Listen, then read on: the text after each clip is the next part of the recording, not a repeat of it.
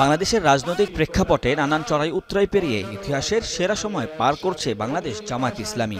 বিগত ১৬ বছরে যুদ্ধাপরাধের অভিযোগে দলের শীর্ষ ১১ নেতার মৃত্যুদণ্ড, নানা দমন পীড়নের পথ পেরিয়ে জুলাই গণঅভ্যুত্থানের পর নতুন উদ্যমেই এগিয়ে যাচ্ছে দলটি। ৫ দফা দাবিতে রাজপথে সরব থাকলেও ইতিমধ্যে ভোটের মাঠেও পিছিয়ে নেই কোনোভাবে। এরই মধ্যে ৩০০ আসনে প্রার্থীও চূড়ান্ত করেছে দলটি। সাম্প্রতিক সময়ে ডাকসু সহ বিশ্ববিদ্যালয়গুলোর ছাত্র সংসদে শিবির প্যানেলের জয়ে জাতীয় নির্বাচন ঘিরেও আরও আত্মবিশ্বাস বেড়েছে জামায়াতের। আর এরই ধারাবাহিকতায় আসন্ন নির্বাচনে লড়াইয়ের মাঠে সামনে আনা হচ্ছে তরুণ নেতৃত্ব।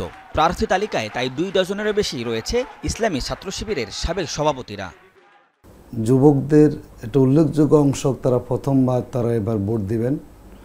যারা আগে ভোটার হলেও নির্বাচন সেভাবে না তারা ভোট দেওয়ার সুযোগ পান নাই।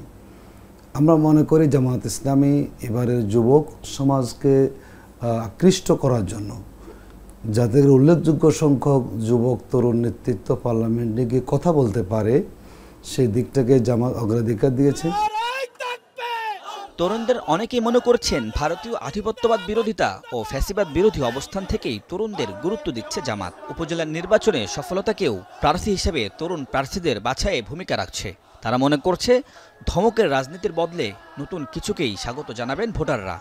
দীর্ঘ ১৬ বছর আমরা যে ভারতের আধিপত্যবাদের মধ্যে ছিলাম, বাংলাদেশে আর কখনোই যেন আমাদের পার্শ্ববর্তী কোনো দেশ যেন আমাদের উপরে আধিপত্য বিস্তার করতে না পারে। তরুণদের হাত ধরেই আগামী দিনের এই যে কাঙ্ক্ষিত পরিবর্তন, কাঙ্ক্ষিত যে মানুষের প্রত্যাশা, সেটা আসবে ইনশাআল্লাহ। যে পুরাতন রাজনীতিকে সবাই না বলে দিচ্ছে, আমি জানি না আমাদের এটা রাজনীতিবিদরা মানে ওই অর্থে আর কি সবাই মিলে বুঝতে পারছেন কিনা।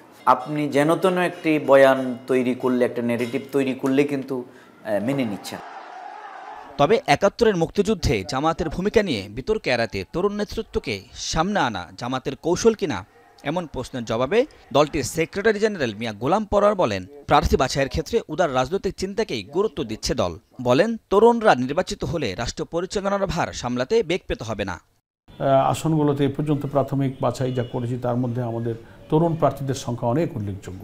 সাবেক সব ছাত্র নেতারা আছেন। এটা খানিকটা ইনক্লুসিভ আইডিয়া, জামাতকে খানিকটা উদার রাজনৈতিক চিন্তা থেকে রাষ্ট্র পরিচালনার এই দায় ঘাড়ে আসলে আমরা কিভাবে সক্ষম এবং দক্ষ নেতৃত্বের মধ্যে যে রাষ্ট্রটাকে নতুন বাংলাদেশ পরিচালনায় যোগ্য বানাবো, সেই ধরনের লিডারশিপ কিন্তু আমরা এখনই কিন্তু রিক্রুট করছি, বাছাই করছি। প্রার্থীদের দক্ষতা যোগ্যতার পাশাপাশি ইনক্লুসিভ ধারণা থেকে তরুণদের গুরুত্ব দেওয়ার কথা জানান জামায়াতের সেক্রেটারি জেনারেল। ওমর ফারুক, এখন, ঢাকা। আপনাকেই বলছি, ইন্স্যুরেন্স করলে সিটিতে সুরক্ষা পাবেন নিশ্চিত।